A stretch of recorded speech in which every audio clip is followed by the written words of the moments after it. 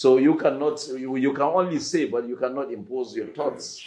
So in terms of our system, especially when it comes to borrowing, and then you said, oh, everything is like a straitjacket thing.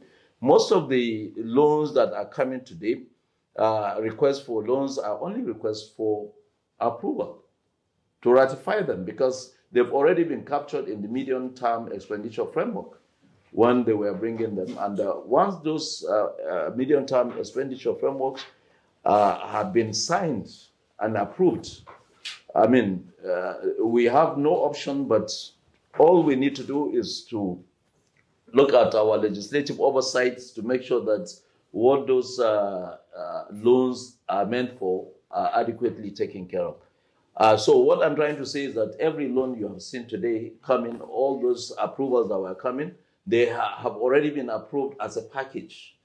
You can see the loans are coming in different segments, some for education, some for health, some for poverty alleviation.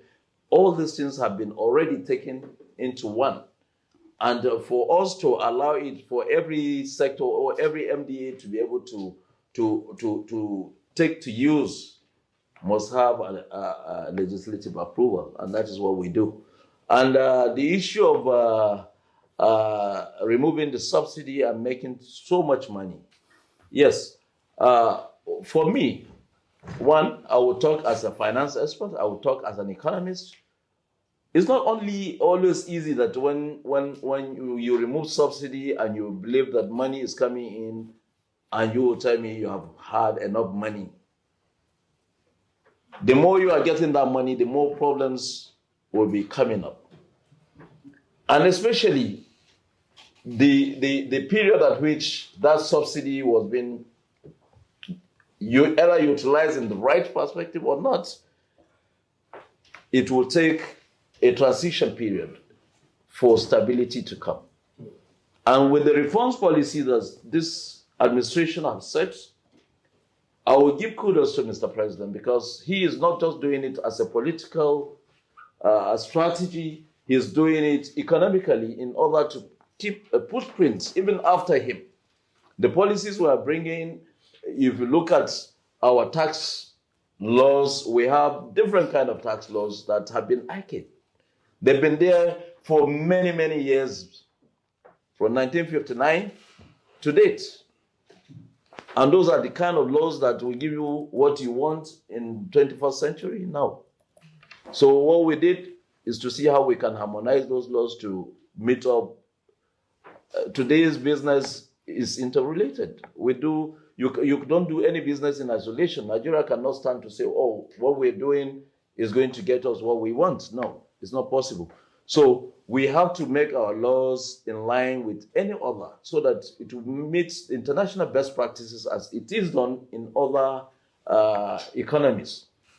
So what we have succeeded in doing is to streamline them.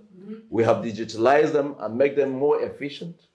And by January, they will take off. If you ask me the question of, look, there's much money now than before because of the subsidy removal after January, or after the first quarter of next year, I'll be able to give you a good answer.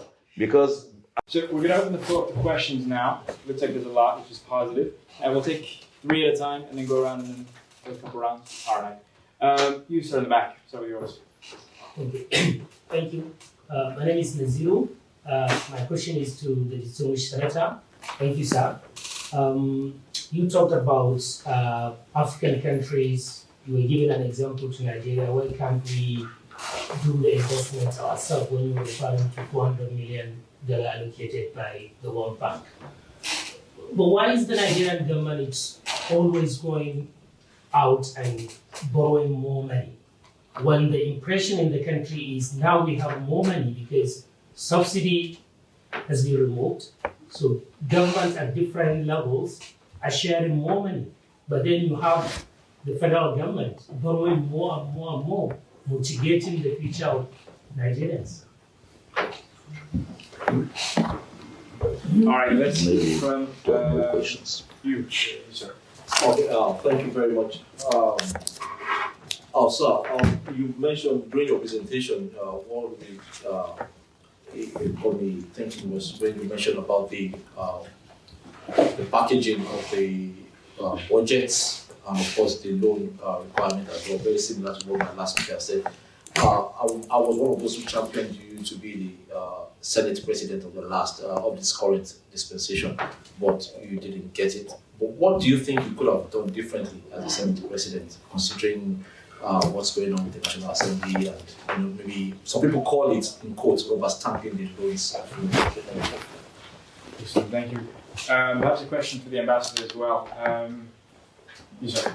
Yeah, this is for everyone. But it's 2025 was the first years where international aid funding was cut, basically across the European Union and of course in the US as well. What role do countries like Nigeria and of course South Africa, Tanzania see themselves in uplifting other countries across the continent who might suffer more from cuts, such as Malawi, who might struggle when it comes to moving towards investment and industrial economy? Excellent. Okay. I think we'll start with those three to go around first.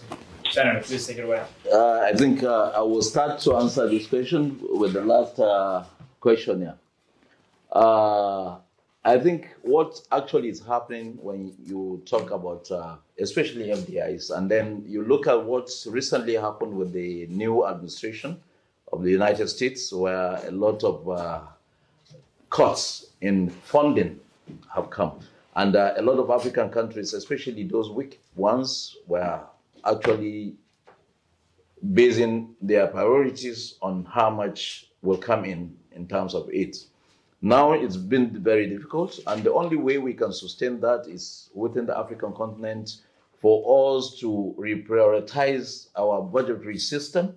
We look at what is necessary, and that is why I have always campaigned for performance-based budgeting.